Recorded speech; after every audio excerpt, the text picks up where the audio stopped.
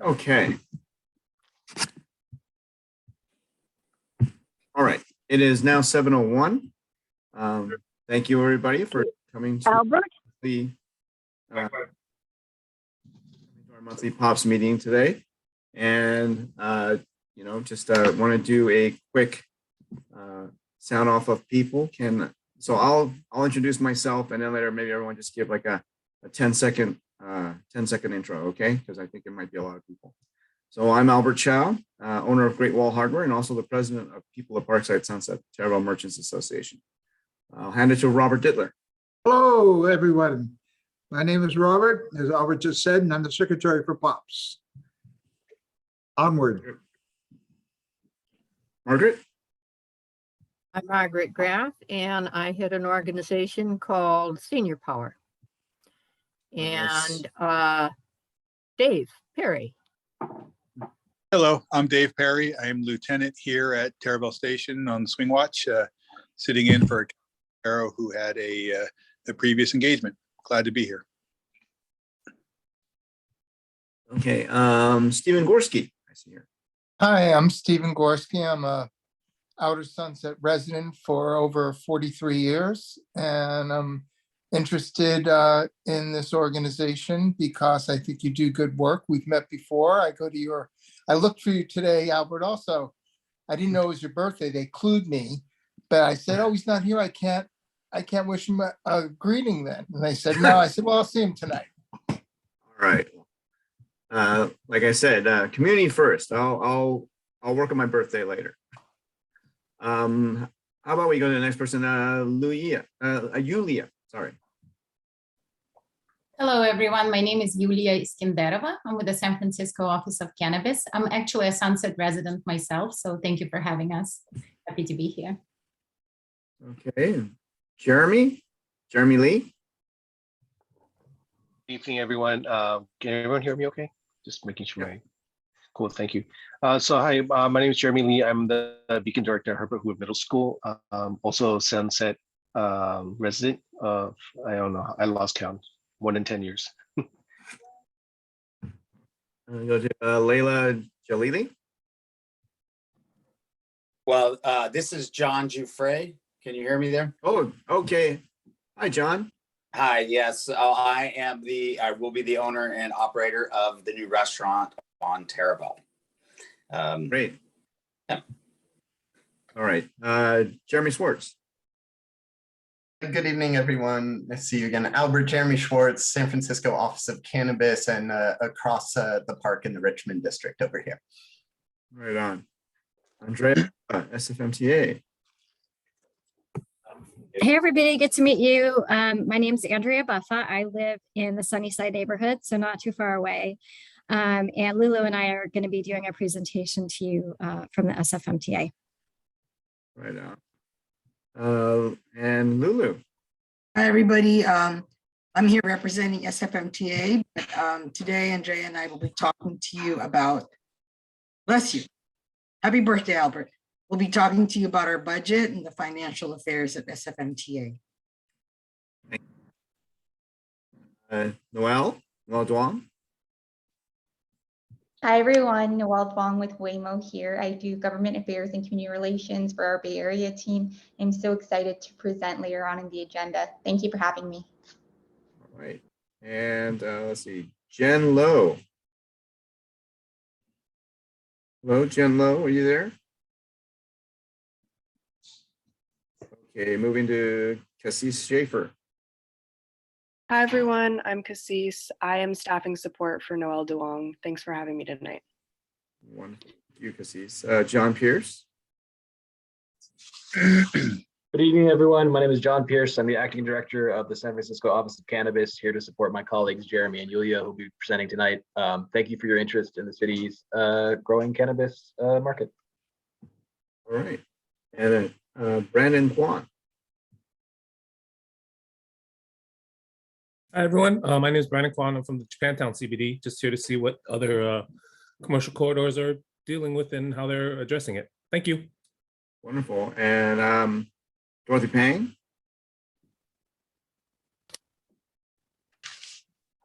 Hi, Dorothy Pang.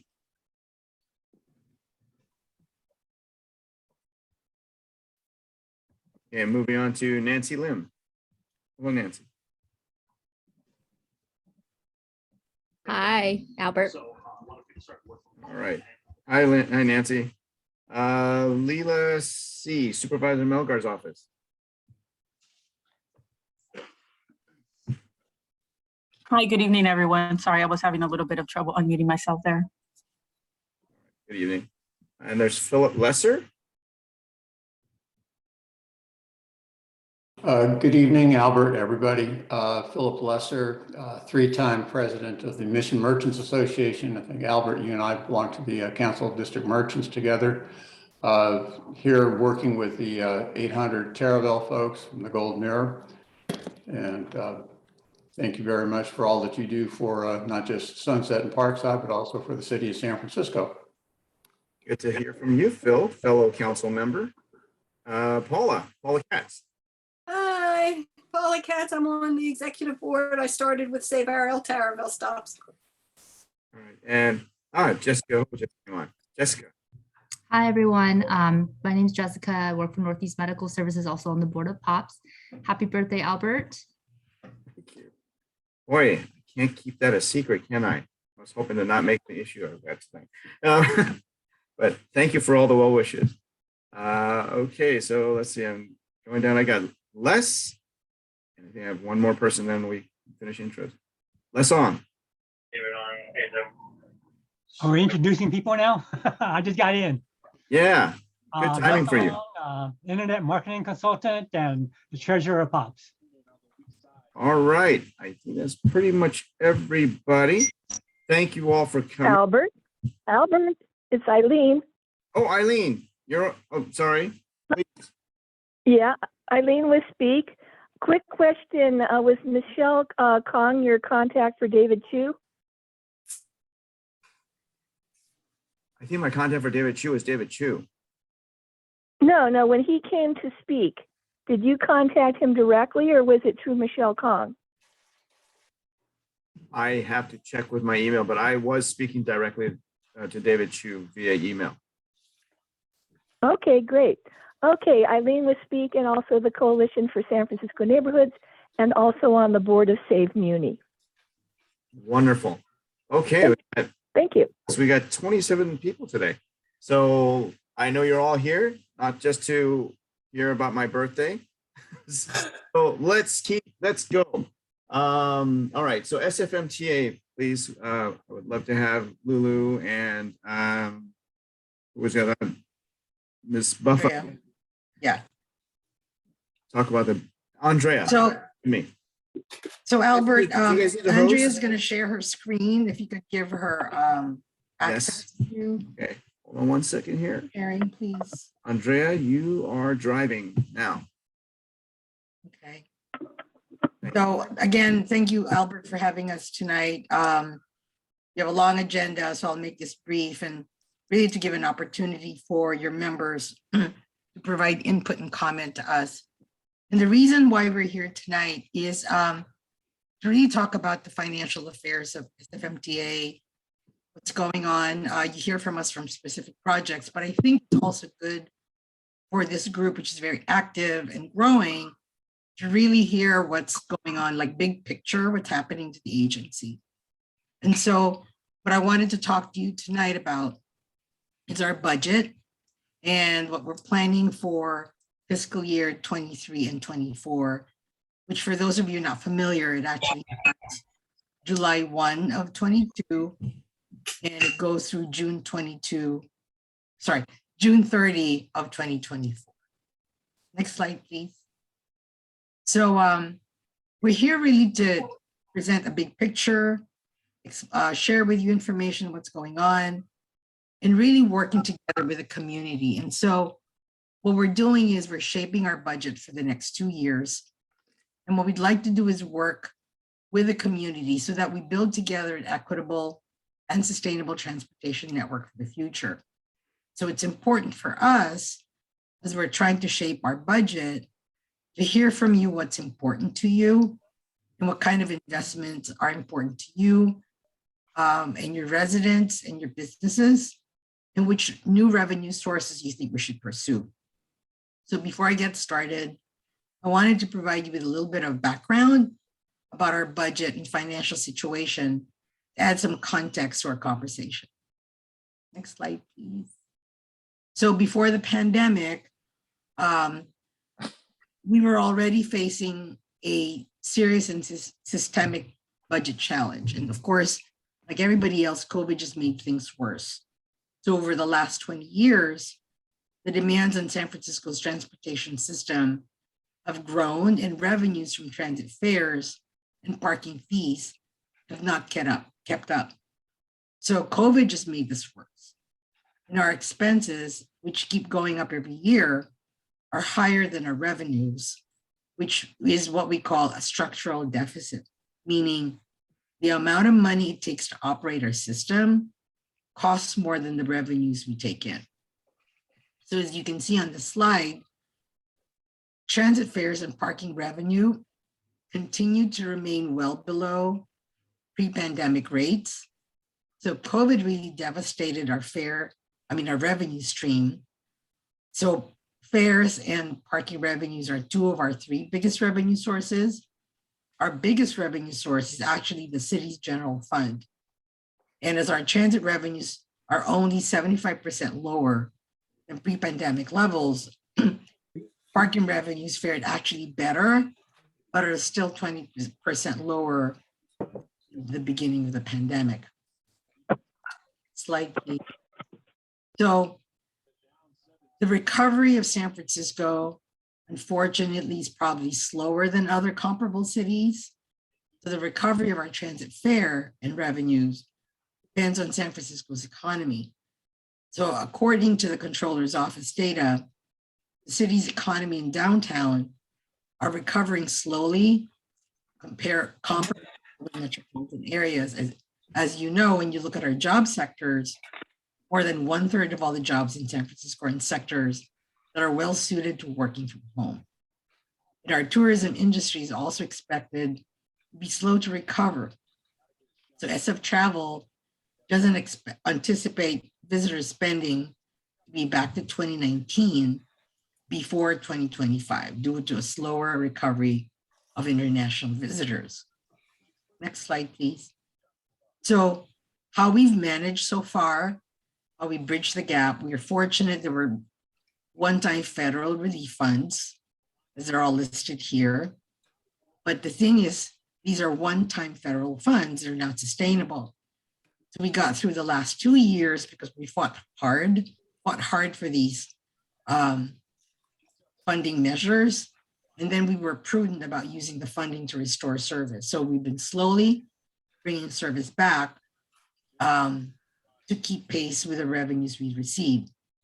So recently, our short-term budget outlook has somewhat improved because some of the external sources we rely on did better than expected. So for example, we contribute to the pension fund, and that pension fund outperformed the past 2 years. And so now we're receiving a little bit more money from the general fund because of that. But still, according to the Comptroller's Office, SFMTA will still face this structural deficit that I was talking about earlier of about 20 to 50 million every year, starting 2024. So it brings me to, next slide, to our situation now, as we're planning for the next 2 years, how we're going to shape our budget. And why we're here today is really to hear from you what your priorities are. So we presented the base budget to our board of directors in early February to get their feedback and are now seeking input from the public. The base budget is our projected revenues and expenditures for the next 2 years if we made no changes and continued our current policies. The feedback will help us understand what to change in our base budget, which investments are more important to you, and which revenue sources you think we should pursue. We're considering fare increases and decreases, as well as changes to parking fees. So based on what we've heard from the public and from our board, we'll develop that final budget proposal. And the charter requires us to submit our budget to the mayor by May 1st. And then the mayor submits it to the board of supervisor on June 1st. So as you can see from the slide, this is the base budget to run our agency in 2023 and 24, which was developed in partnership with the city controller. So as you can see on the revenue side, it includes some assumptions such as their revenues will grow 115%, assumption that fares will be increased.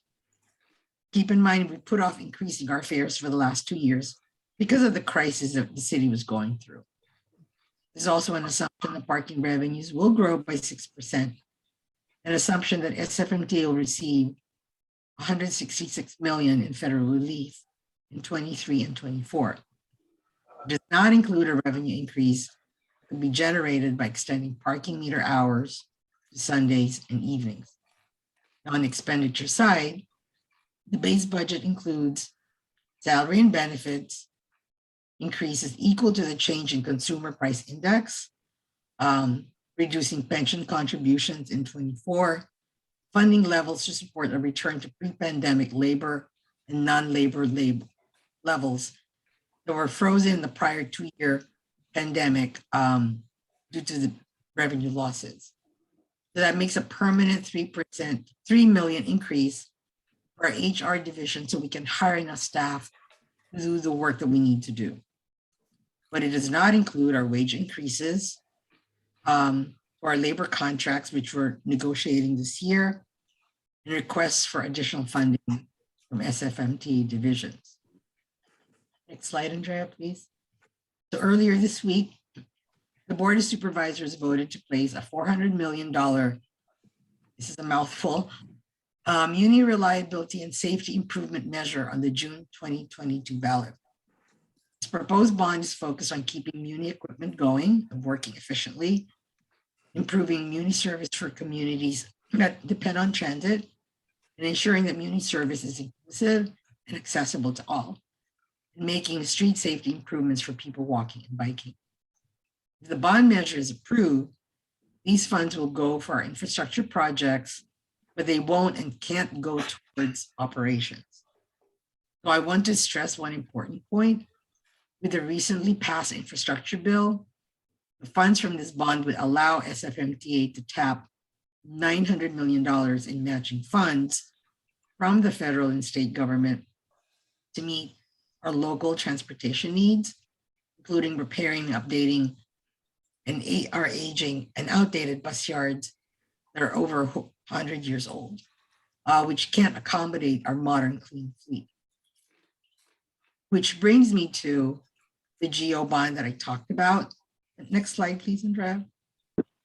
So the key elements to consider for the GO bond are it does not identify specific projects. What it does talk about are priorities for the city and for the agency, what to deliver. And if the GO bond is passed, we'll be looking at projects that are shovel ready and have a useful life of at least 15 years, making sure we get the best bang for our buck. Since we have a funding gap, and the ones that have a funding gap. So for example, the state has given us 5 million in a grant.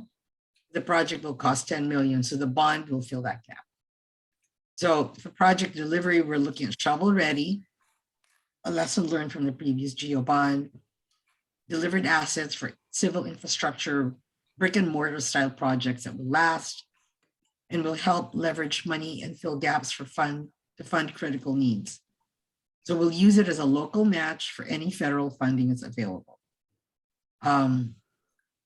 So this is what we call our fiscal accountability slide.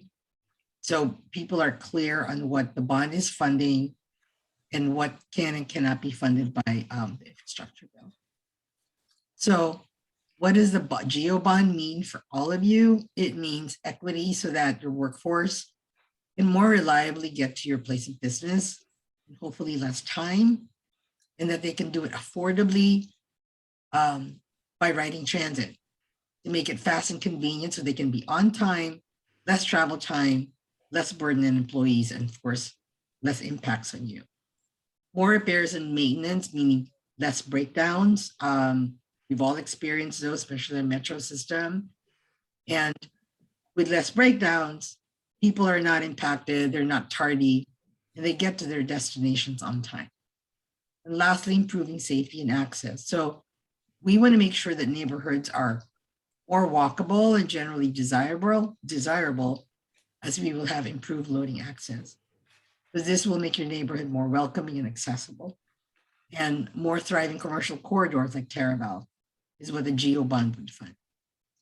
So I really went through the budget really fast. What I would like to do, and Albert, I've posted on the chat, we have a survey that we have online that we're circulating now. And I think it'll be important to hear from your community and your neighbors what's important to them. Because it will really help us shape our budget so that it reflects the needs and the values of the people we serve. And that's my presentation for tonight. Andrea, is there anything you want to add before I turn it over to Albert?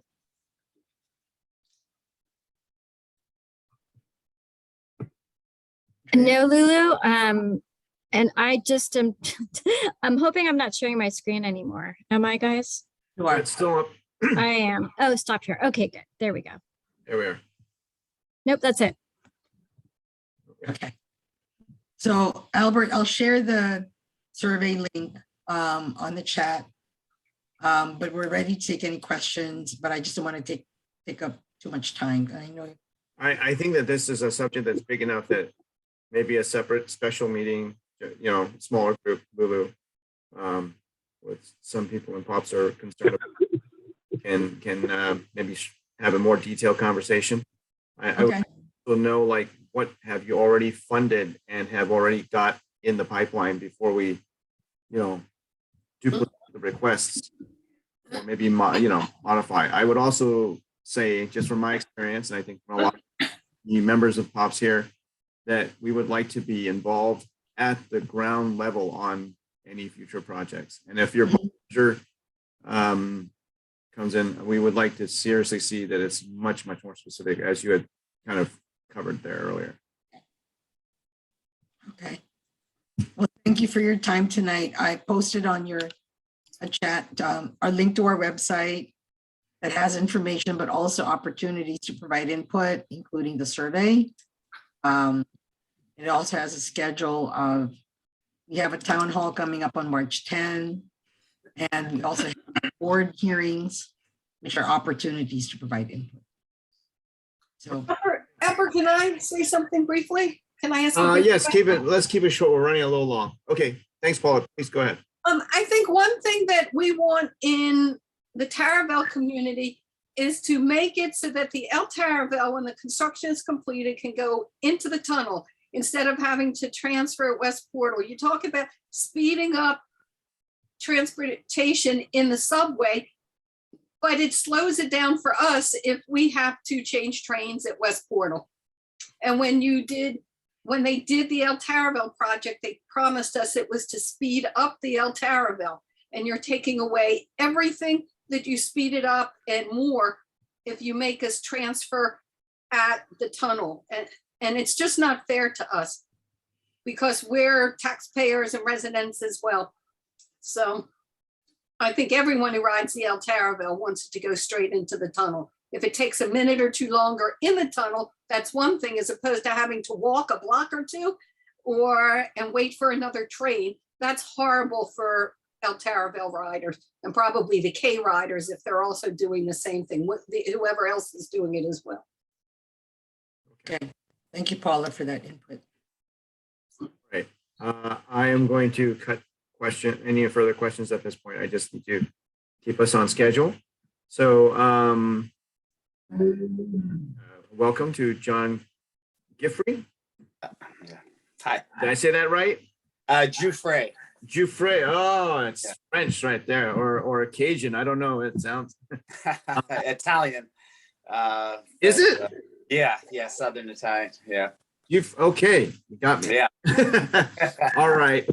Hi. John Giuffre. He's going to be opening a new restaurant. Tell us the good news, John. Well, thank you, Albert, for inviting me here today. Happy birthday, and thank you to all that are listening, and I look forward to serving you soon. Can you still hear me? Yep. Yeah. So my partner and I, Jeff Hanford, are very excited to open up a new restaurant on Taraval and 33rd. It used to be the old Mango Tree, and then it was called The Spot. So we're doing some remodeling, some minor remodeling, and trying to open up a classic San Francisco seafood style bar. So we're looking, inspirationally speaking, I take a lot of ideas from maybe Swan's Oyster Depot and maybe like Anchor Oyster Bar in the Castro, and then add a full cocktail program to match highly sustainable seafood, classic dishes like crab and shrimp cocktail, clam chowder, and the likes. So my partner and I, Jeff, have worked in the city. We met and worked together at the opening of the Beach Chalet in 1997. I've been here since 1992, went to San Francisco State. And he and I both had separate paths, but we always stayed in the hospitality industry. And I most recently, I just sold my bar downtown, John Collins, after 15 years. I was a victim of COVID, obviously down there, it's been tough. But luckily, just before that, I opened Sunset Cantina with my partners on Judah and 39th. Hopefully some of you have already seen my style and our work in progress. So Jeff also has a lot of experience in bars and restaurants. He ran Cha Cha Cha and the Mission for 16 years and worked at Urban Putt as a bar manager, and then helped to open up Sherwood on West Portal, a new spot there. So we are both married men with 2 children, but very, a lot of experience in the restaurant and beverage and hospitality industry. So again, yeah, we are very excited about the space. I think it has a lot of potential. I know there's just not a lot of options for food and drink combinations on Taraval. I believe there's only 3 with Golden Mirror, the Parkside, and one other bar, the After hours. After hours, with food and drink, excuse me. I'm sorry, it's in my notes. They have food and drink. So it could have been Marcello's, but they're gone now. Yeah, exactly. Marcello's left. It's the Cool Cocktail Bar on Taraval and 23rd, I believe, down. Of course it is. That's where we got our sandwiches and stuff. Sorry, guys. Lost and found. Lost and found. Okay. Yes. So I think we're bringing a program that just we're fulfilling a need that's just not there. So before, eh? So we're John, you froze up. You're buffering. Oh. It's gone. Oh, right, of course. What's wrong with you? Yeah. Stop. It's Albert's birthday today. John. Let me see if I can message John.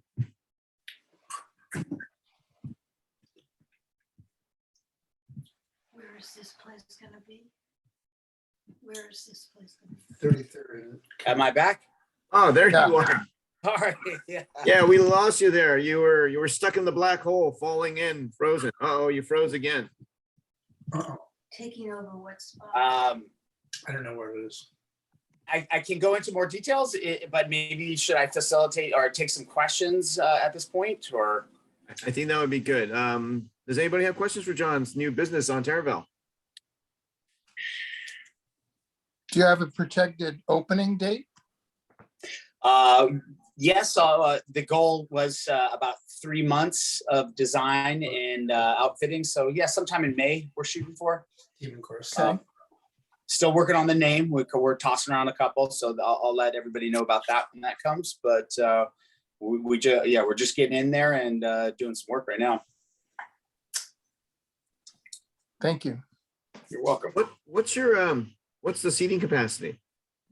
Well, the previous restaurant had 80 on the so the space is long and it has two basically dining rooms. So our plan is to kind of have a kind of more of a fine dining feel up front and with a gaming room in back. Gaming meaning a shuffleboard and maybe one little video game, but having sports up, but a little bit more casual feel. And then, the hope is maybe in a year, if everything goes right, that we might be able to get an outside deck completed. But that's not in the immediate future. We're just looking to get open and really get our programs set. Okay. David P has a question, hand raised. Yes. Yep. Greetings. I think before it was the Spot, it was actually known as the Parkside restaurant. It was like a family restaurant. It was very popular. We went there many times. So looking forward to your success and hope to see you many times there. Nice to meet you. Good luck. Thank you. Thank you. I appreciate that. Other questions?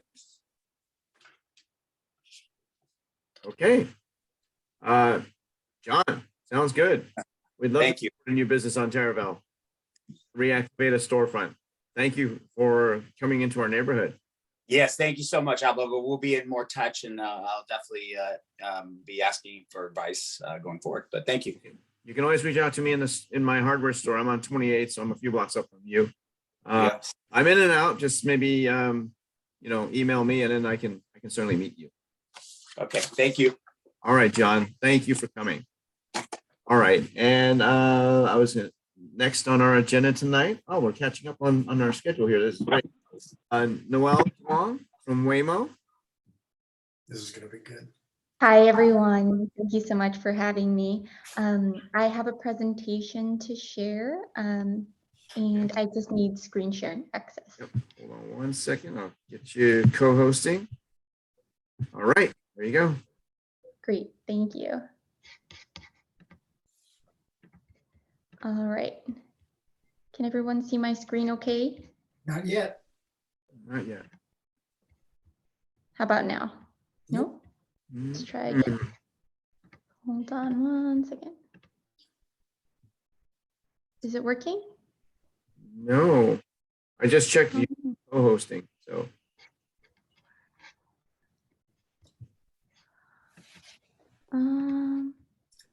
that's interesting. Well, I can try sharing my screen as well. Yeah, do you have it? Thank you. Yeah. all right, let me let you co-host here, Cassis. Sorry about that. It's never happened to me before. There you go. Let's see. Cassis, I think you're driving now. Thank you. Are you all able to see my screen? Yes, there we go. There we go.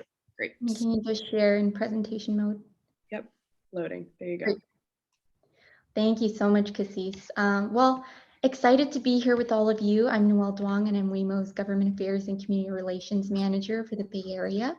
And so I'm excited to introduce Waymo to you all and present what we're working on in San Francisco, and of course, take your questions. And so next slide.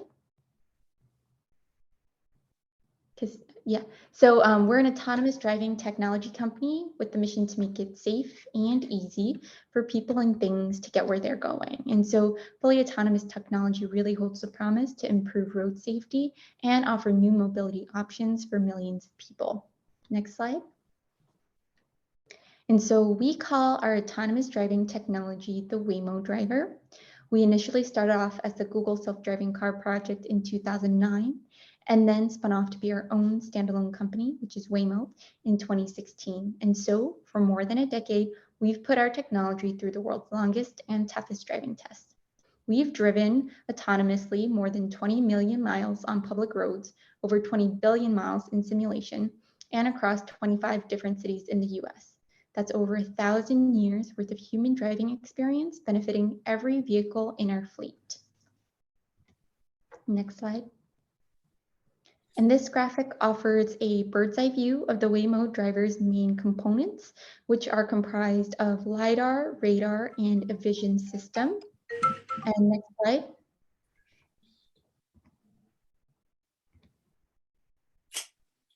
Advance more, yeah. And together, these sensors offer the Waymo driver a 360-degree view around the vehicle. It can even see up to 3 football fields away and in the dark of night. Next slide. Our hardware and software work together to navigate public roads successfully. And so the sensors collect the information, and then the software answers 4 key questions, which are: where am I? What's around me? What will happen next? And finally, what should I do?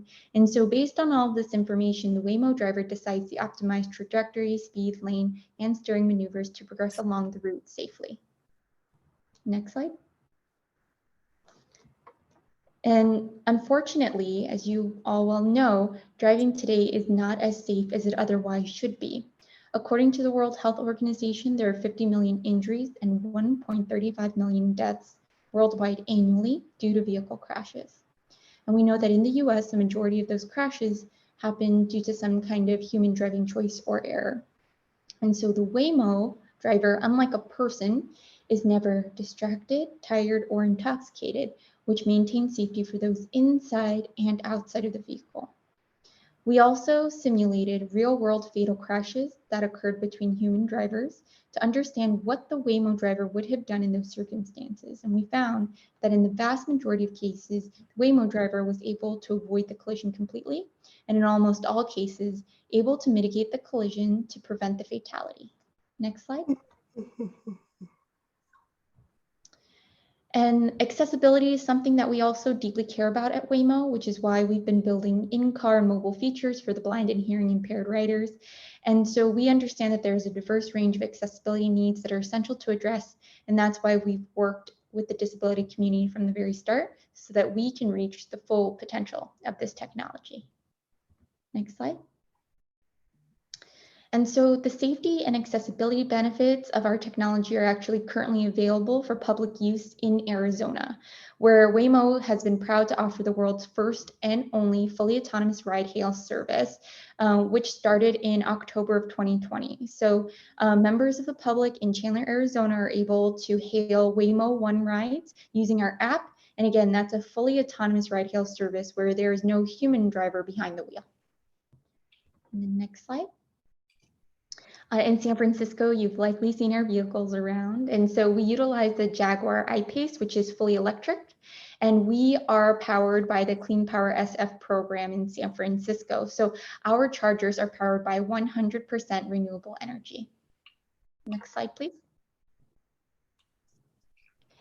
And in August of 2021, we started our Trusted Tester program. So this is a limited research focused initiative that allows members of the public who've applied and been admitted into our tester program the opportunity to take rides and offer us feedback to help perfect the future of autonomous ride hailing. And so we're building on all the learnings that we've already experienced in Arizona, as well as the insight we've gained from employees who are taking rides citywide.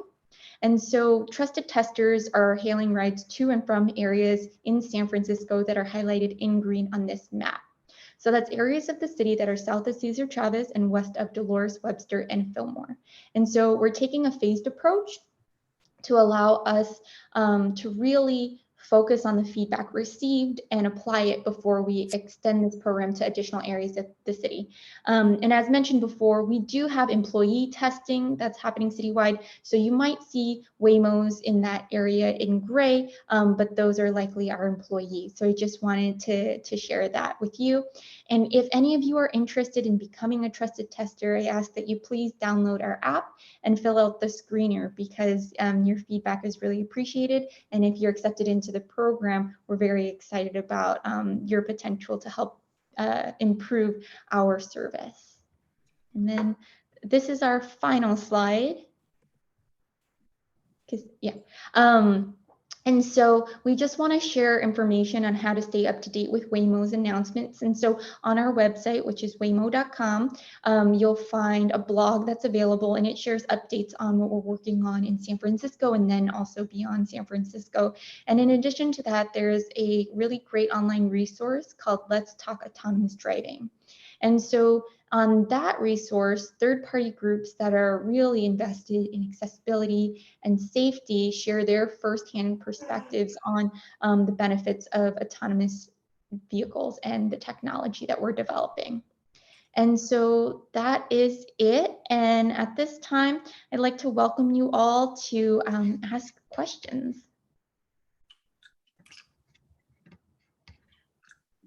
Oh, questions, anybody? Floor is open. David P. Noelle, nice to see you again. Hi. Hello, it's been a while. Just wondering, why does there seem like there are a huge number of Waymo vehicles around our area, around Pine Lake, along Vicente Wawona, all hours, day and night? I assume there are people in there, but are we being invaded, or does it just seem like it? Thanks. So I do want to share that all of our testing in San Francisco has happened with test drivers behind the wheel. We have not done any driverless testing in San Francisco just yet. In regards to the question of how many vehicles are currently present in your neighborhood and is that unusual? No, so that's actually feedback that we've gotten from a couple different groups, just curiosity as to why there are so many Waymos. And so we're really learning how to operate in a dense urban environment. And so the reason for that is we want to make sure that we offer the same quality of rider experience, regardless of whether you're riding from the Sunset, the Mission, Pack Heights, or the Bayview.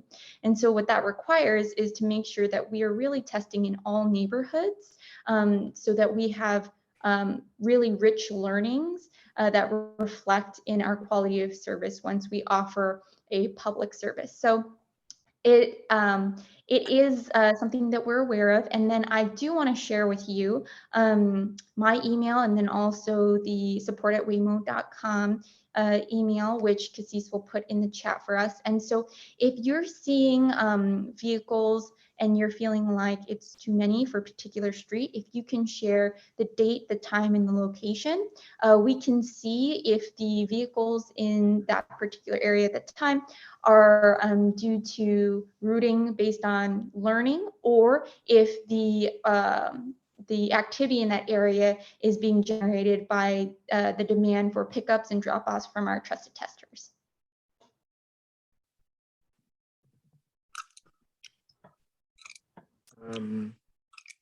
I think Lulu has a question. Lulu?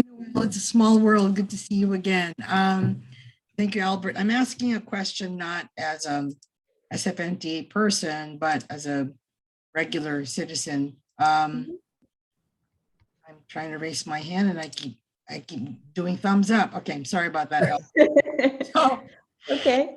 So Noelle, I saw the news and it looks like Cruise and Waymo were permitted by UC to operate ride-hailing services. When do you anticipate that starting in SF, and how much do I pay? How do you figure out your rates? Yeah, so thank you for the question. So we have a permit that allows us to charge fares for rides that we're offering with a test driver behind the wheel. And so right now in San Francisco, we at Waymo are really focused on our trusted tester program. So we're not offering rides to members of the general public. We're only focusing on that trusted tester program. So for people to experience our technology, they would have to apply through our app to join the program. And so as of now, the Trusted Tester program is free of charge. And then in the coming weeks, we will transition that program from unpaid, as it currently is, to paid. And the reason why we're transitioning the program is to test our pricing. And so in regards to how much it will cost, that's something that we currently don't have identified. We're going to learn that through our Trusted Tester program in regards to what the correct pricing is to remain competitive with other ride-hail providers, but also make sure that the service is affordable to the different income levels in San Francisco. Okay, thank you. Next, Jeremy Lee has his hand up. Hi, thanks for the presentation. So I work with families and students at Hoover Middle School, and I see a benefit in this where families can actually summon a Waymo and the kids can go home safely. But I'm thinking more like rider safety and what measures are being taken to ensure that if parents do hail these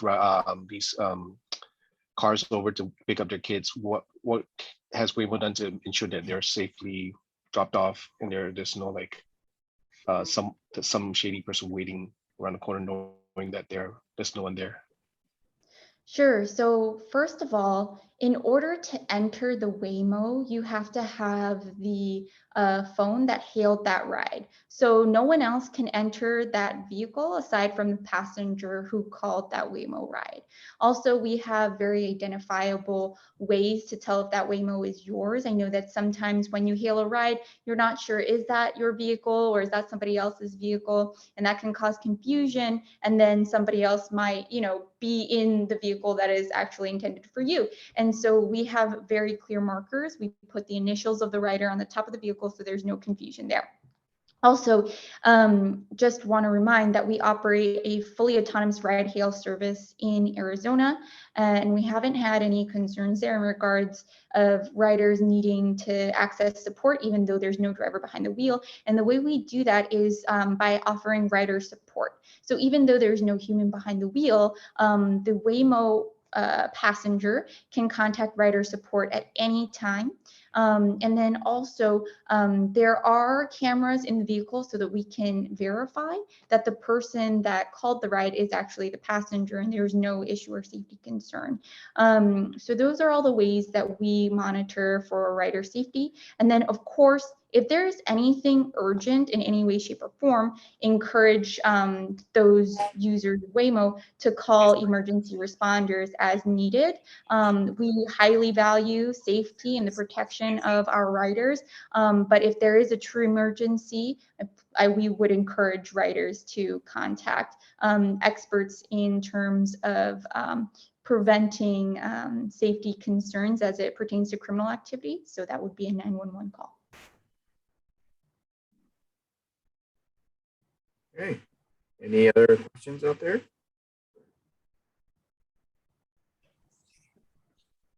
Noelle, you got off easy. Well, thank you all so much for the time. It's been lovely to answer your questions.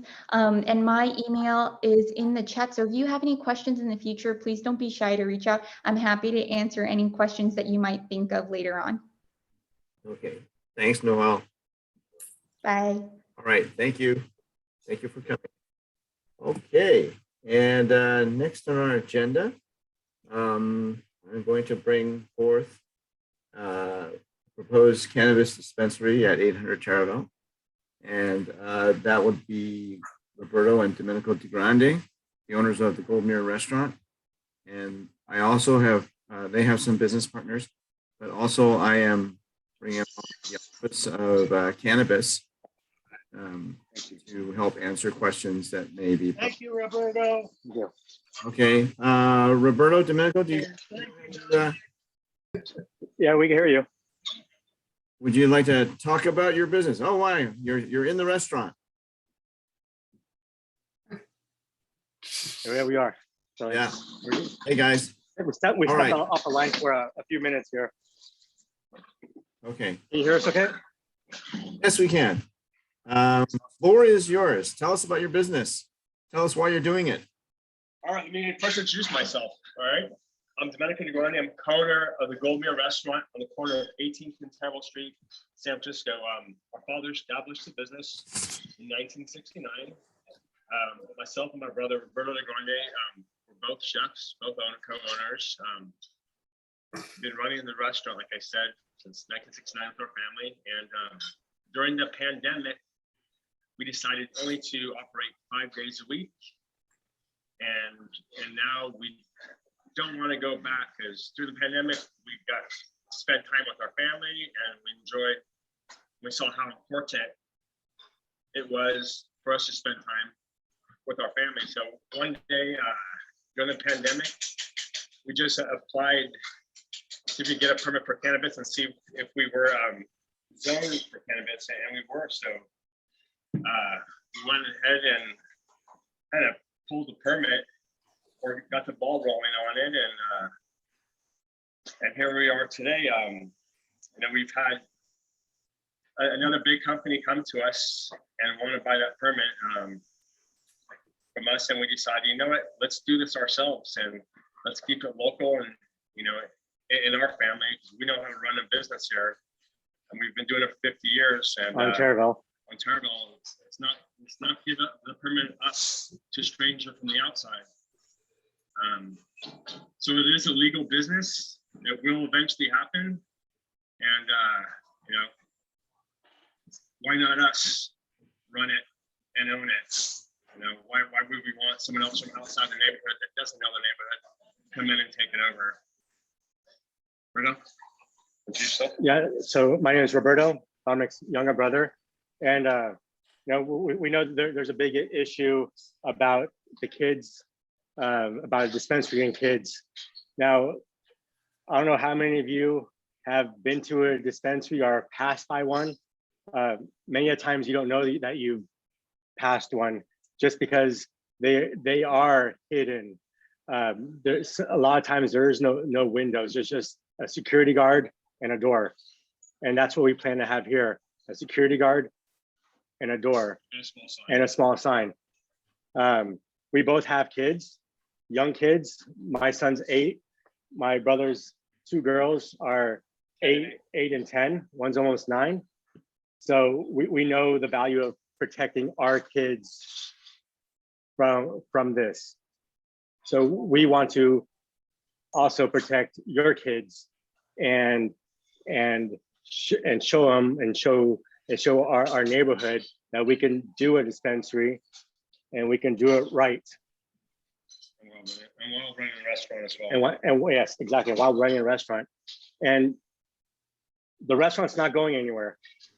The restaurant is going to be here to stay. We're going to put the dispensary on our mezzanine level with an entrance on 18th Avenue. Like my brother said, with the pandemic, there was a loss of business, and our mezzanine level is not used as much as it was in the past. We love that. And finding staff, it's also an issue for us. So we decided, let's take that space that we own and turn it into something else and make it into a dispensary. So I think with a dispensary on Taraval, ran by your neighbors, I think it will be run correctly. Like my brother said, there will be a dispensary on Taraval, so why not us? Okay. Thank you for that.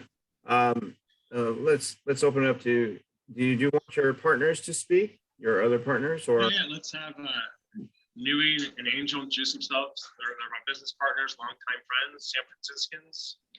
And we actually have a dispensary and a wine bar currently in Hayes Valley on the corner of Ivy and Golf. Nui? Yeah. Hi guys. Hi Albert. Hi there.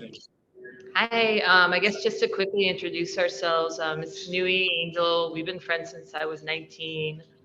We've had Fig and Thistle Wine Bar for almost 10 years now. We have a Malay on 14th and Market for almost 5 years, and we opened the dispensary September of 2020, and it basically is why our businesses were able to survive, because we had to shut everything else down. We've been working in cannabis for a while, and we've been able to see at our space like the effects on the neighborhood and how it works as a working model. And I've had a lot of neighbors in the past who were had some concerns in the beginning, but recently everybody stopped by and they thanked us. It's very low impact, like a lot less than they had imagined. Like lot less than our wine bar was. And our space is about 500 square feet, the same setup as what we're planning to do at Gold Mirror. Yeah, I don't know if you have anything to add to that. Yeah, thank you. I wanted to thank the neighborhood association for giving us this time, Albert. As Angel said, you know, we've been running this dispensary for a year and a half, and I think, you know, aside from introducing myself, I think what's very important for us is there are a lot of rules that are put in place by the city and state. You know, we follow all the rules. We plan on following all the rules. And again, like Dom and Roberto mentioned, I think what's very important for us to get across to the neighbors today is, you know, this is going to be a very small boutique dispensary upstairs. You know, there's not going to be people being able to look in. We're running it very well right now. You know, we've been friends with Dom and Roberto for many years, and you know, just really wanted to thank everyone and for giving us the opportunity to speak and introduce ourselves. And I'm sure there's going to be a lot of questions, so we're open to questions. Thank you, Albert. Okay, Nui. Angel, thank you. Okay, well, I am going to open it. Can people with questions please have their hands raised? That would help me to pick people out. Any questions, comments?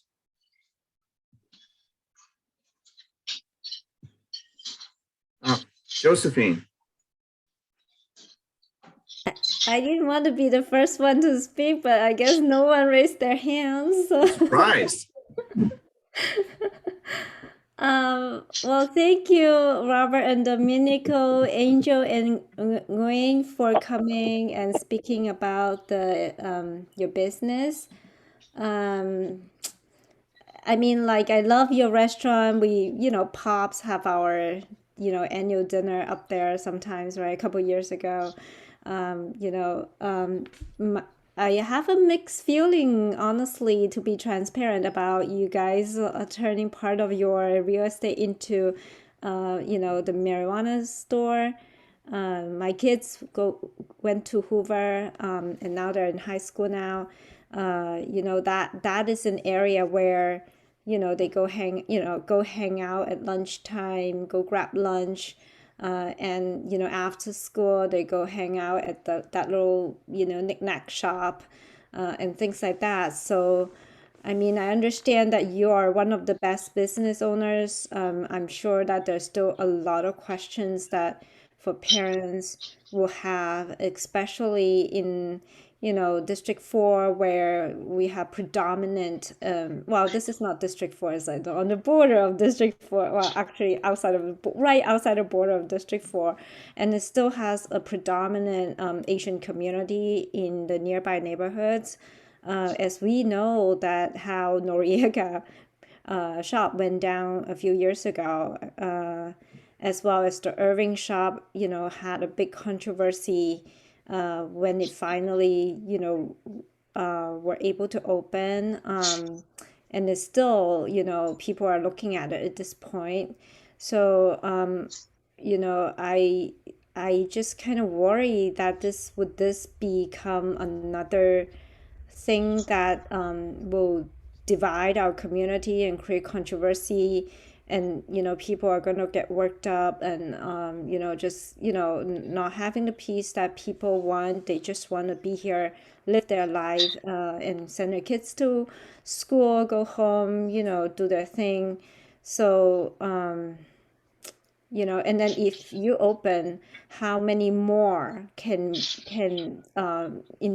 be introduced into the area? And we were also talking about back in the days, like, you know, community have been nagging Supervisor Mar about having a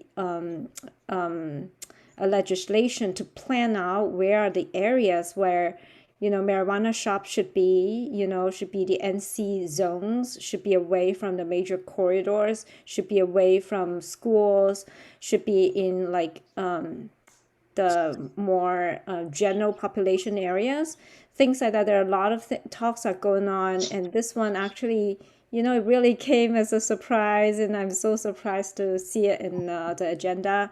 But I would love to hear some of your thoughts.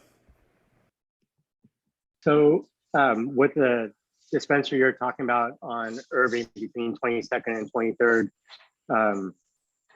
if you pass by it, you see a big sign that says Barbary Coast in yellow with windows and whatnot. That's not going to be us. We're going to have no windows. You have to go up a staircase with the guard. So, and it's going to have a small sign. We have not figured out the name yet, but it won't be in your face. I know there's a lot of kids walking up and down the street. I've paid attention to that in the last couple of days. I've stood outside between, in the afternoon, and like I said, we have kids, and I don't want my son or anyone else's child to say, "Hey, mom, dad, what's Barbary? What's Barbary Coast? What's all that packaging inside?" I feel keeping it boutique and clean. I think that's the direction we're going to go, and we don't want a big sign out front saying, "Here, come here, look at us." And also, we have a model already. We have a model down in Hayes Valley. If you want to go check it out, it's very clean, very small. It's almost run like a small little coffee shop. It's not in your face, and that's what model we're going to have here. I'd like to, Albert, can you hear me? Yes, I can hear you. Hi, thank you. That was a lot said. I wanted to respond to the one portion of it. This is in a general population area like this is. Part of the reason we were able to apply, like Dom mentioned in the beginning, was because the Office of Cannabis and the Planning Department reviews all of the different laws, for establishing the correct distance from schools, places that would not allow us to. We wouldn't even have been able to get this far if we didn't fall under that category already. So I just wanted to say that. Great. We're starting to have a little bit of a line here on some questions for people with questions. So I'm going to keep the questions to a minute, okay? I think that's enough time for you to pose something. So the next person is Jeremy Lee, please. Hey, Albert, thanks. I just also want to point out there are a couple questions in the chat. Willing to read that out for everyone first. But before I do that, if you don't mind,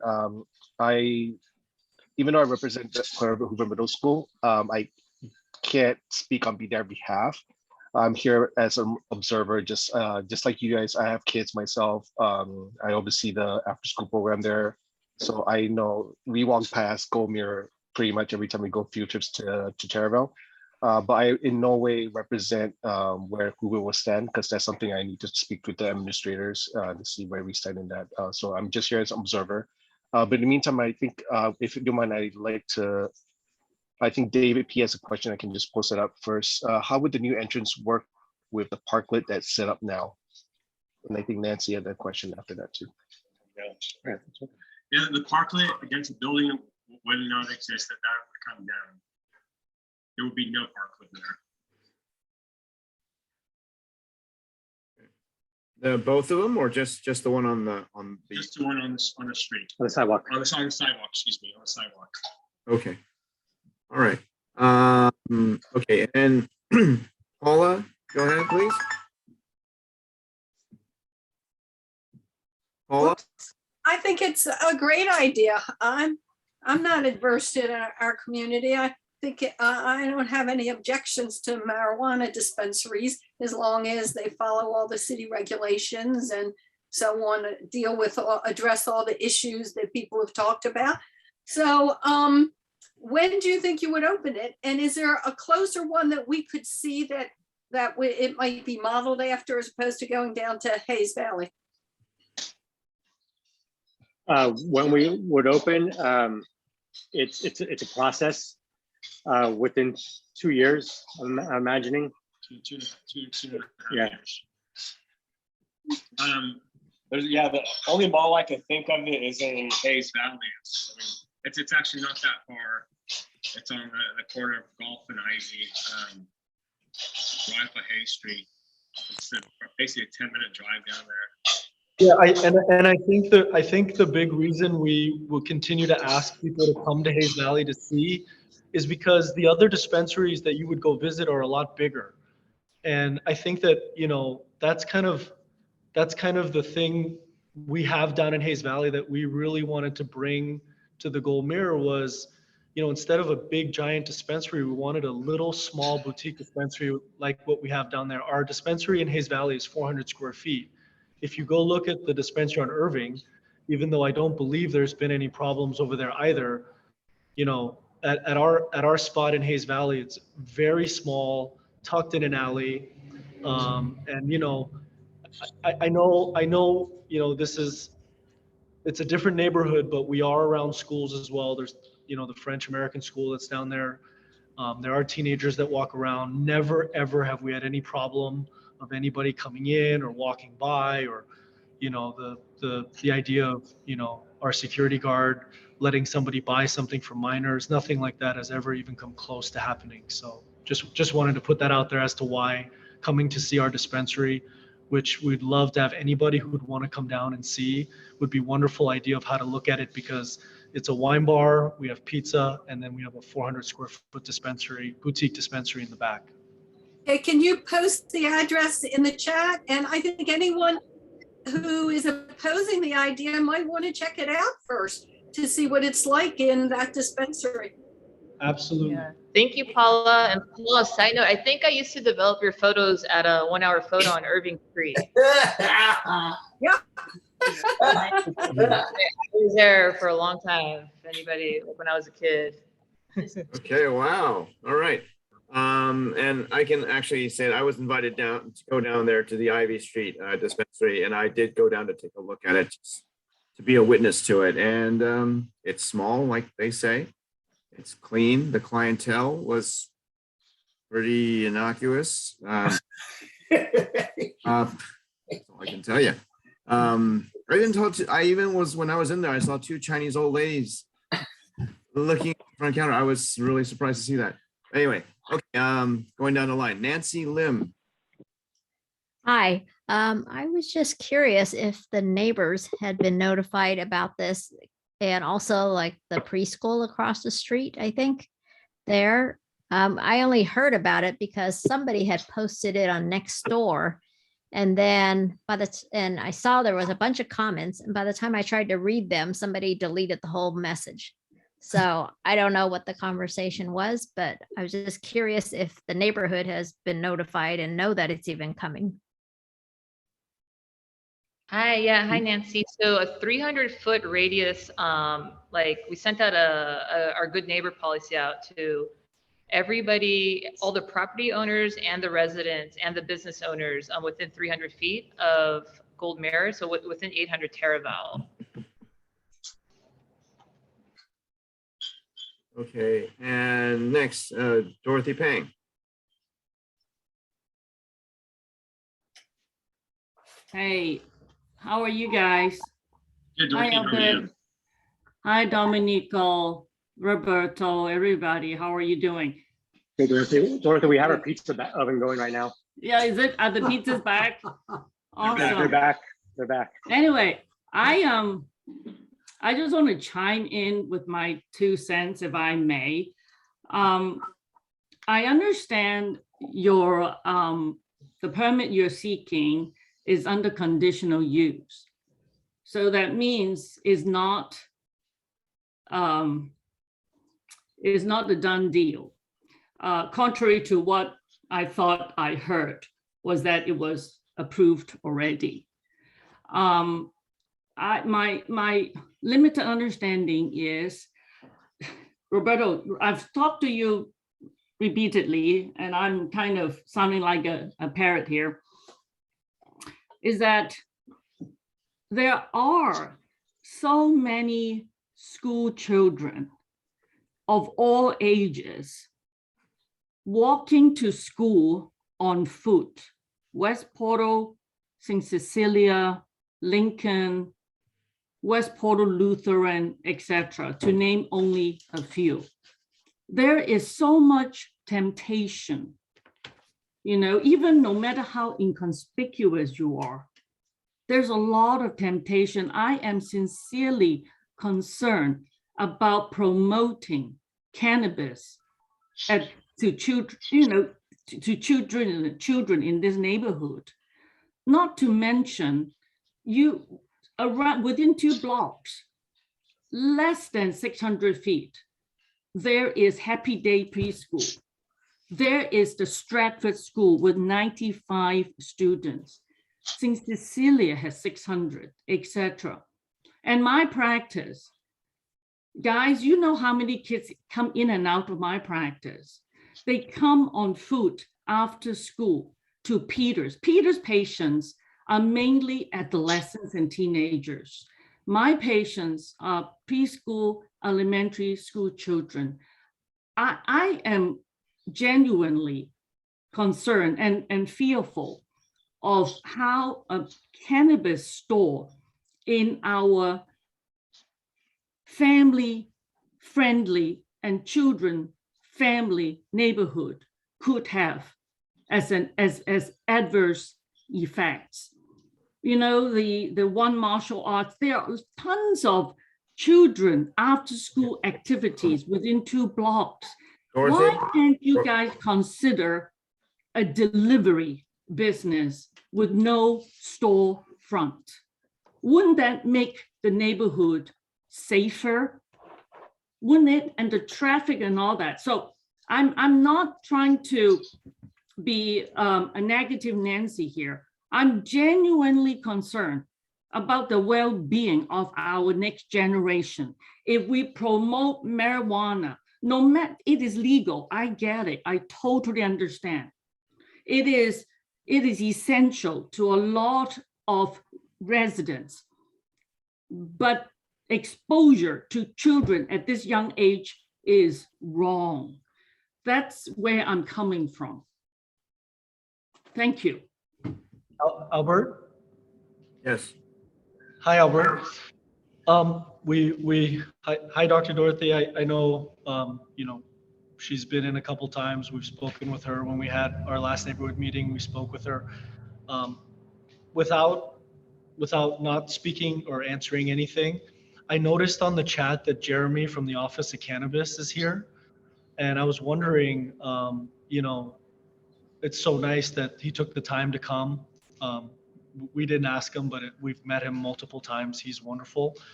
If maybe we could give him a chance to speak and speak on some of these subjects, just because, you know,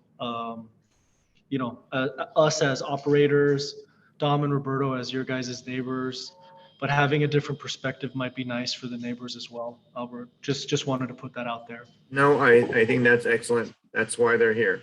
So Jeremy, Yulia, Office of Cannabis. Yes, thank you, Albert. Hello, everyone. Good evening. My name is Yulia Iskenderova. I'm with the San Francisco Office of Cannabis. I'm joined tonight by my colleagues, Acting Director John Pierce and Associate Director Jeremy Schwartz. It's a pleasure to be in the meeting with people of Parkside. As I mentioned earlier, I'm a Sunset resident myself and a community member, so thank you for having us. Before we begin, I will lay out a roadmap for this evening's discussion. So first, we will talk about the role of the Office of Cannabis. Next, permitting process overview. We will then provide status update for 800 Taraval project and open it up for Q&A. So with that being said, I will pass the mic to Jeremy to talk about the role of the Office of Cannabis. Jeremy. Thank you, Yulia, and thank you, people of Parkside Sunset, for inviting us tonight. Certainly, cannabis, folks have a lot of thoughts on cannabis. So Albert, just want to acknowledge you for creating this space to pull community members together so we can talk through these things and acknowledge concerns. The Office of Cannabis is a neutral administrative body. We regulate the commercial cannabis industry in the city of county of San Francisco. That includes not only the storefront retailers you might see, we're also vertically integrated, meaning manufacturing, distribution, cultivation, and even a DEA registered laboratory in the city as well. In addition to regulating the cannabis industry, we administer a social equity program designed to restore opportunities to those who were hurt by the war on drugs. And even here, the current application in front of folks is one of a social equity application. With that, I'll kick it back to Yulia to start the just a broad overview of the initial permit process. I'll talk about the rest of the permit process, and we'd certainly be happy to answer any questions. This isn't our last time to connect, so we look forward to the day where we could come in person, get to know the community members a bit better. And if anyone has questions, even after this, you're welcome to follow up with us, Office of Cannabis at sfgov.org, Office of Cannabis at sfgov.org. Yulia? Thank you, Jeremy. So Yulia, may I ask that, and just for the sake of time, to sure, you should have brought stick it to the broad points if we can. That's fair. Okay, thank you very much. Sounds good. So before I start talking about permitting, I would like to emphasize that this is a very robust and thorough process. It starts with initial intake after the application is submitted to the Office of Cannabis. This phase includes initial zoning review to determine whether the proposed activities are allowed at the location. We also review proof to occupy to check whether an applicant has an ability to occupy the space. So after an application is determined viable, an analyst picks it up. So we can think of the permitting process as a 3 distinct buckets. Bucket 1, we call it Office of Cannabis Part 1 processing. Bucket 2, land use entitlement. It's a cross-departmental effort, includes departments like planning, Department of Building Inspections, and Bucket 3, Part 2, Office of Cannabis processing. So application processing starts with the Office of Cannabis and finishes at the Office of Cannabis. So during the part 1, Office of Cannabis processing, we review corporate governance documents to check whether an applicant's entity is set up in compliance with local and state regulations. We also check proof to occupy again to make sure that the applicant has an ability to occupy proposed location and also conduct proposed cannabis business activities. In addition, all owners and anyone involved in direction, control, and management of the cannabis business has to undergo background review. And with that said, I will pass the ball back to Jeremy and he will talk about additional parts of the process. And Albert, I hear you. I'm just going to move this thing along. Thank you. For example, after part 1, folks navigate land use entitlement. That's currently where the 800 Taraval application lies, doing something like neighborhood notification, community outreach, a good neighbor policy. Once they go through land use, they go through part 2 of the application. That includes a security plan and premises diagram. We evaluate that in conjunction with the local police district station, which would be Taraval in this instance, in addition to working with the fire department. Once folks navigate all this, they get their local permit, apply for their corresponding state license. From there, they may operate. Of course, there are many nuances and contours, but to give just a broad overview, and happy to open this up to any questions. Okay, thank you, guys. I'd like to ask just really quick, going back to Dorothy's concerns. The repeated questions about children, influence, possibly crime or problem, just issues like that. Maybe even Lieutenant Dave Perry, you can jump in on that. Whether there was, have there ever been incidences of crime, robbery, misbehavior by the general public when they're in and around these businesses, and also children? Has any problems happened with them? Thank you. Sure, and maybe I'll take the first stab while the officer comes online. So there's a great report that was drafted by the Controller's Office, which had findings that showed that where commercial cannabis activated retail establishments, that crime in the neighborhood actually went down.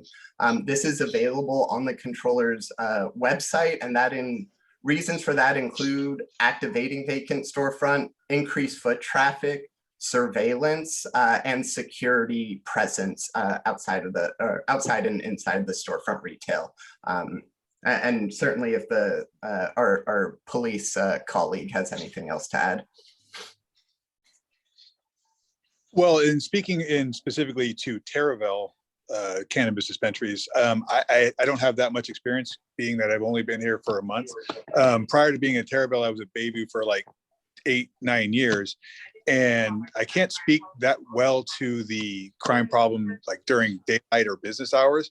I worked midnights at the time at Bayview, and I know the biggest problem was the after hours, middle of the night, 2, 3, 4 in the morning, people trying to break in. My only 2 cents would be to, if you have any small nooks and crannies that you don't think anybody can get in, they could probably get in. So fortify those kind of things. I know there was a huge problem in the Bayview with one of them where he had a skylight up, 3 stories high, and that was the only way you could get in. And the people that knew how to get in got the ladders that were laying around and got up onto it, got into the little skylight. So that was the biggest crime problem that I'm aware of, is middle of the night, people trying to break in, the burglaries. That was the main issue with that. At daytime, I don't think there was a huge problem. But like I said, I can't speak to that well. And I may add that in the Bayview, it's predominantly supply chain operators, unlike the retail establishment. Yeah, there are bigger ones, like I think this place I'm speaking of actually had a bunch of different dispensaries that grew in his building, and so it was a whole bunch of different groups. I get that, and their targets, and I would think with the big targets like that, unfortunately, the smaller boutique places are probably going to be less of an issue. But at the same time, you never know. It's just you better to be safe than sorry. Just fortify it as best as possible is my 2 cents on that. All right, I'll go to Grace Garza. She's got her hand raised up. Thank you. Hi, thank you. I'm actually medical cannabis license holder. And when this started happening in Pacifica, because I live in Pacifica, there was a lot of controversy, same worries that most of the parents have with their kids in the community. And these places are run so tightly that there's no, I mean, kids know in the area, and if anybody would get in trouble in Pacifica, it would be the kids, the teenagers, it seems like. But I think they've gotten used to the fact that the stores are there. The security is tight. Yeah, if you cannot smoke around the clubs, you cannot, I mean, there's rules that you have to adhere to as well. So I think that when people see, and Pacifica finally has become relaxed with it. I think when people see how well these places are run and go in and talk to them, I think a lot of the fear goes away, a lot of the taboo, because there was those concerns over here on this side of Pacifica, but no, it's actually working out pretty good. Thank you. That's my 2 cents. Thank you, Grace. Josephine has a question here on the chat. What is the rule for another cannabis dispensary to open in the vicinity? 600 feet? Would Taraval become a corridor for dispensaries? Excellent question. Thank you for bringing it up. So what I'm actually going to do is in the chat, I'm going to link out to the storefront retail map. This is a tool anyone can use to see the storefront retail footprint in the city. To the question, new dispensaries may not be within 600 feet of one another or within schools K through 12. However, existing industry was grandfathered in to that limitation. Moving forward, no one else can be within 600 feet of one another unless the law changes. I'm going to start getting dinner ready. I'm really hungry. Okay. Any other questions, folks? Is that the end of it? Wow. All right. I do. I do. We do. I still have a question. Who does? Albert, Raise your hands. we do. I have one more question on the chat since I asked my quota already. Well, go. You've You No. already spoke. Please go ahead. So I just did a plot on the census tract, and I found that in that block there's 64% Asian in your block. So what's your outreach approach to the Chinese community? SFMTA came numerous times on their slow street, on their neighborhood way, on close of Great Highway. They did numerous outreach, and now they're going to do a parallel outreach with the Chinese speaking community. I understand that they're, a lot of you have experience with how other neighborhood cannabis shop is done. Even though I might agree with you, I might see your point, as the representative for the Chinese speaking community, I wanted to make sure this issue is handled properly.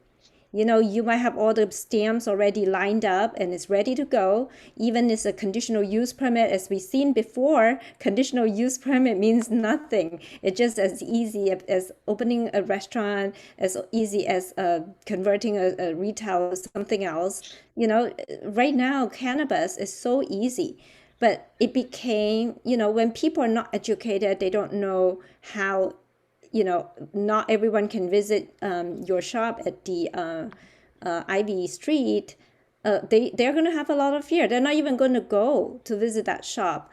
So what is your approach to really get community buy-in instead of creating, yet another controversy that really bring us not at peace?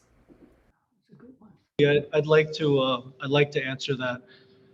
I think first and foremost, and I don't want to speak for Dominic and Roberto, but they're there every day.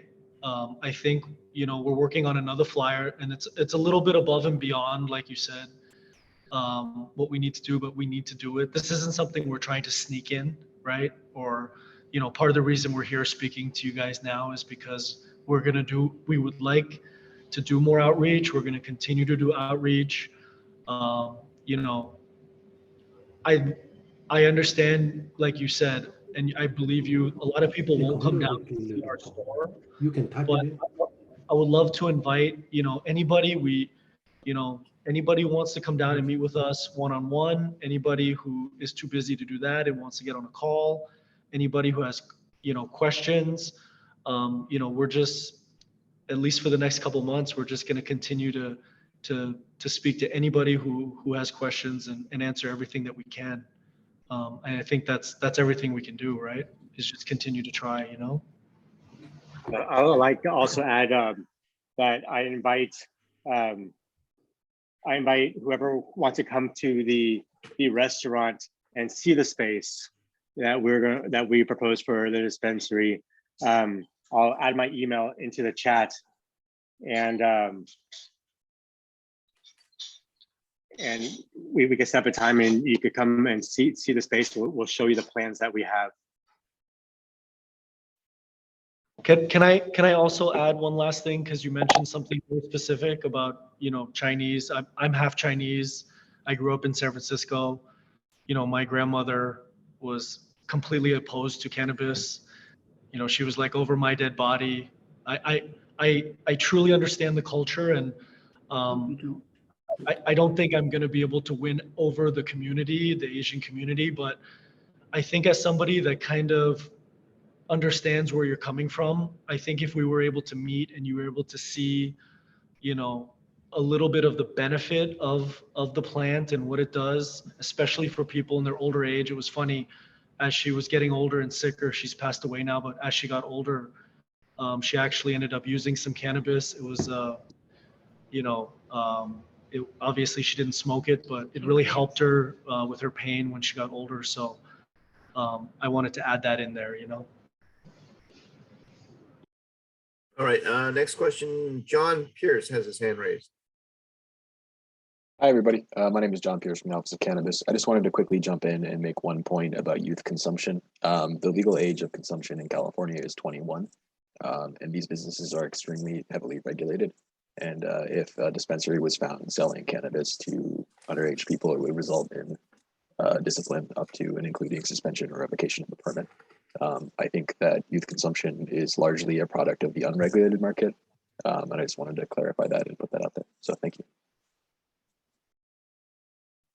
Thank you, John. Are there any other questions out there? Can I, Albert, Dorothy? Dorothy? Okay, so I wish to follow up on Josephine's previous questions regarding the Chinese community. Some of you know that Peter and I have built an established practice, and I think, I don't have the actual figure, but I would say about close to 50% of our patient populations are Chinese American. And they do have a fear, admittedly, of cannabis habit in youth, adolescents, teenagers, whether it's legal, whether they are, okay. My other concern is if the fear amongst the Chinese, within the Chinese community, create an adverse effect to businesses that derive a lot of support from these families, it's going to hurt the Chinese businesses. So in the name of starting a cannabis business, perhaps to create new jobs, the adverse effect is it could very likely destroy other established businesses because of such a cultural divide. And I want to bring it up, and I really want to echo Josephine's suggestion that perhaps we need to include outreach to the community so that people like me, I operate, Peter too, operate the business based on a lot of Asian, Chinese American support. And I just want to make them feel continuously comfortable to come to us. I see a lot of Asian families going to One Martial Arts, Mindy's preschool. When I visit Stratford School, a lot of Asian families. I really wish us to address this as a community. Otherwise, we're going to create a potential divide. Thank you.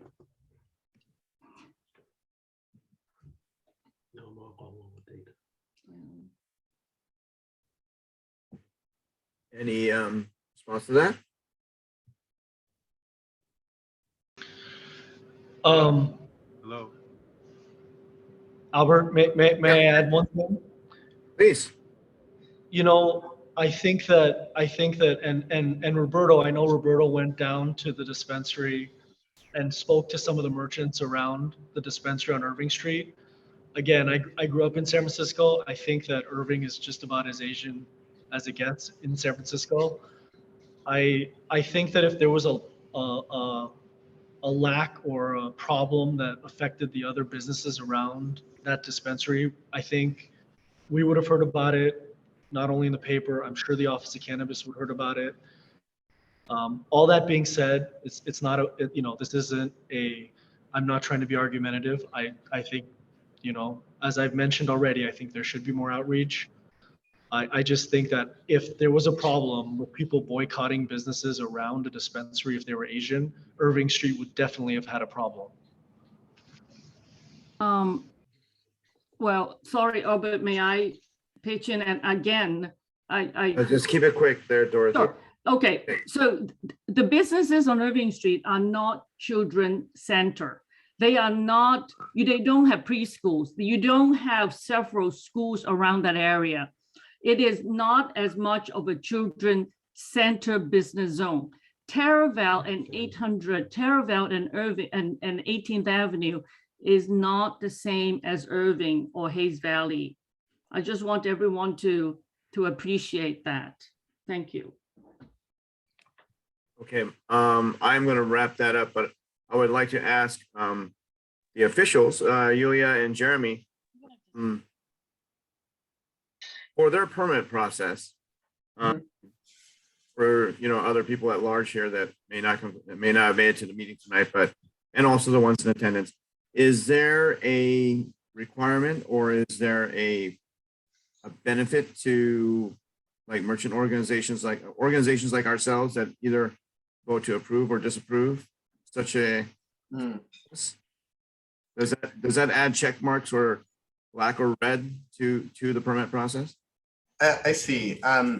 So if I'm understanding correctly, in addition to something like this, where's another inflection point for organizations to provide their input for a particular project? Is that right?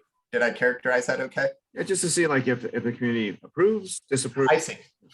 So the best spot will be as a part of the conditional use hearing in front of the Planning Commission. To my knowledge, this hasn't been scheduled yet. However, folks can monitor Planning Commission agenda, meeting materials, in addition to reaching out to the assigned planner. Those would be good avenues to pursue what you're describing. I see. Okay. So any of you out there that want to have further action for and against, you have that information now. All right. Well, thank you. That was a cool meeting. Hi, could I butt in? Sorry, we joined late. My name's Liv Terrace and my wife Jane. We live 2 doors down from the proposed site. I understand, but you came in. We're 9 minutes into the meeting. We've had quite a lot of discussion time already. Perhaps you can reach out to the permit applicants on your free time. No. But I'm sorry, but we're really concerned citizens. And just quickly, if the all right, owners of the 2 minutes. site, yes, sorry, if the owners of the proposed site feel this will be a service to the community, are they willing to go beyond the 300-foot radius and notify their neighbors? Yes, definitely. Okay, how will you do that? Through community outreach. We'll go. We can go. You mean like a door. mailer? Will you go out and distribute flyers to the neighbors in their mailbox?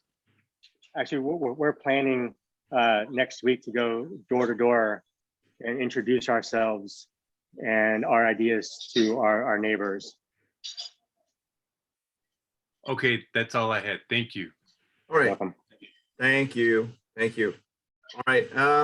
Again, that was a very interesting meeting, and I hope that you guys got a lot of information on that about Waymo, about upcoming SFMTA bond measures. That would be one I would like to chime in on myself. And the best of luck to Roberto, Domenico, and Angel and Nui. Let's see. Thank you for the time, Albert. Thanks for the time, Albert. Thank you. Not at all. And just to let you know, next month, I'm scheduling District Attorney Chesa Bodine to come back and answer and defend himself for his recall. So anyway, that'll be part of the agenda next month. Okay. So maybe start working up your questions now. All right. If there's nothing else, no new business, I am going to adjourn the meeting. All right. Happy birthday, Albert. Oh, well, thank you, everybody. Happy birthday. Happy birthday. Happy birthday. Okay. Happy birthday, Albert. Oh, Thanks geez, for now I'm the blushing. meeting. All right. Take care, Good night, everyone. everybody. Thank Thank you. Have a you. good night. All right. Good night.